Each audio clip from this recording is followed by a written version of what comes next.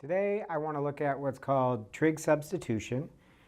This is a technique of changing variable, just like u substitution, but instead of taking our new variable and setting it equal to some function of our old, we will take a old variable and set it as a function of the new. And the functions we're going to use are trig functions. The idea is we'll start with an integral that has no trig functions in it, and we'll introduce trig functions via this substitution in a hope of using these what we call Pythagorean identities to try and reduce the expression down. And depending on the form of the integral, we'll use different ones of these identities. So the easiest way to see what I mean by this is by an example. So for example, say we were wanting the integral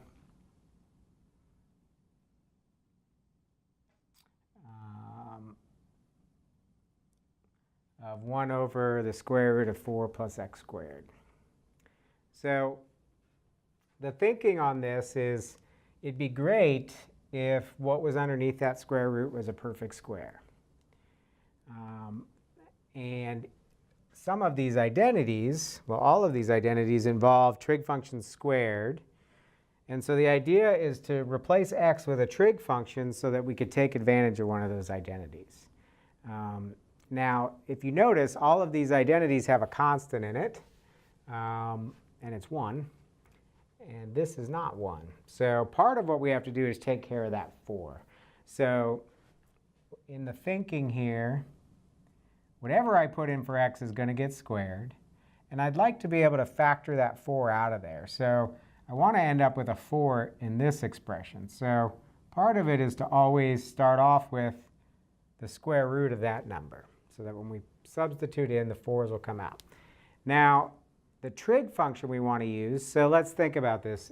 When there's going to be 2 times some trig function. So that'll go in. The 4s will come out, and we'll have 1 plus a trig function squared. So we look at these identities and try and find one that has 1 plus a trig function squared. And 2 of them do, right? You've got the 1 plus tangent squared and the 1 plus cotangent squared there. And we could use either one. Typically, you see, like in our textbook, for example, they just avoid the cofunctions. So they use tangent. But you could use cotangent. So the idea is we're going to replace x with 2 tangent theta. And then eventually we're going to get to where we can use the identity to simplify that down.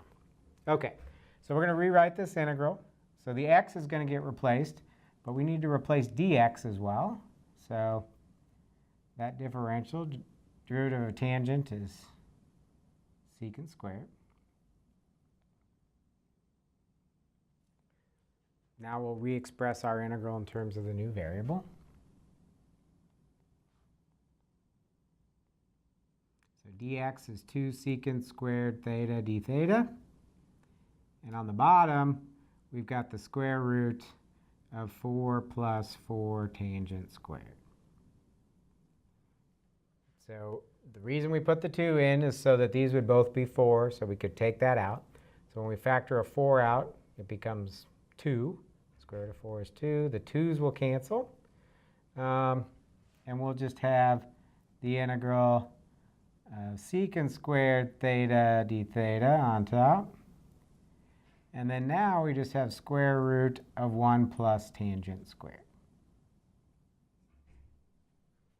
which is what we wanted. The whole idea was to try and get to that Pythagorean identity. And so 1 plus tangent squared is secant squared. So we have secant squared theta d theta on top. And on bottom, we have square root of secant squared. Now, we have to be a little bit careful here. Remember, when you square something and then take the square root, you actually get the absolute value of what you started with. So they don't really cancel each other off completely, because if secant was negative, the square, then the square root will be positive, right? So we have a little bit of a problem here. That secant could be positive, it could be negative, and we'd really have to break this into two cases with a plus or a minus depending on whether secant was positive or negative. But turns out in this case with this trig substitution we don't have to worry about it. So if we go back to what we did here, we did this substitution. It's a little deceiving because we didn't say what the new variable was explicitly, right? We described the old variable in terms of the new. So if you look at what theta actually is, from this expression here, if I solve that for theta, theta is tan inverse of x over 2, right? And if you remember from trigonometry, in order to invert trig functions, we have to limit the domain of that trig function. So theta can't just be anything. There's only certain things that theta can be based on the fact that it's defined as an inverse tangent. And it turns out, luckily for us, that those limitations mean that secant can't be negative. So long story short, when you do get to this stage of taking a square root of that square, you can drop the absolute value. So without the absolute value, we just have secant squared over secant, and we're looking at the integral of just secant, which from Calc 1 we know is natural log absolute value of secant plus tangent. And as always, plus a constant. Okay. Now, as always with substitutions, we want to go back to the original variable. Well, tangent theta is easy enough. Tangent of theta is x over 2 from our substitution. But what is secant of theta? Well, we could just take tan inverse x over 2 and plug it in there for theta, because we know that's what theta is. But if you remember from trigonometry, when you put an inverse trig function inside a trig function, those two cancel each other off. And if you remember, we had a method for figuring out how that works. And the idea is you want to draw a right triangle that has tangent theta equal x over 2. So that's really our substitution here, is that tangent of theta is x over 2. So if I draw a right triangle where that is the case, tangent's opposite over adjacent, so we'd have that, right? And then we can always get the third side of a triangle by Pythagoras. So this is the square root of 4 plus x squared. Now that I've got that set up, I can actually, no matter what this answer had come out to be, no matter what trig functions I had there, I can answer the question of what the value of that is because I've got all sides of that triangle. One thing to notice, square root of 4 plus x squared, square root of 4 plus x squared. Not an accident that those two things ended up matching. Okay, so let's return to our original variable here. Natural log of absolute value of secant. So what is secant? Secant's 1 over cosine. Cosine would be adjacent over hypotenuse. So hypotenuse over adjacent.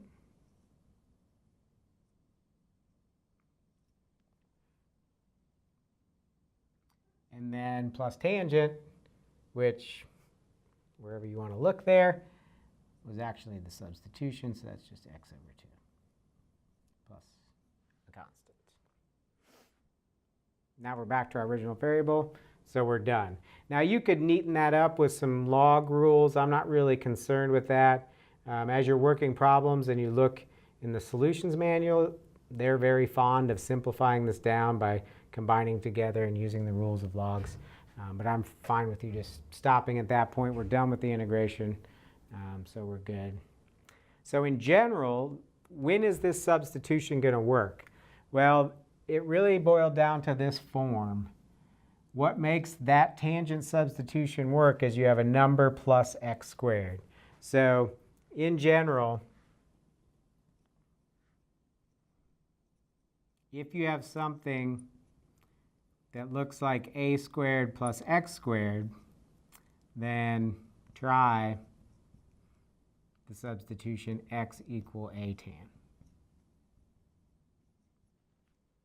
In our example, a was 2, right? Because 2 squared is 4. We'll look at different situations. You could have a squared plus x squared, which we just saw. You could have x squared minus a squared or a squared minus x squared. And so depending on the form of that little binomial, you'll use different trig functions here in the substitution. But in all of them, we're going to be using those Pythagorean identities. So we'll look at those coming up.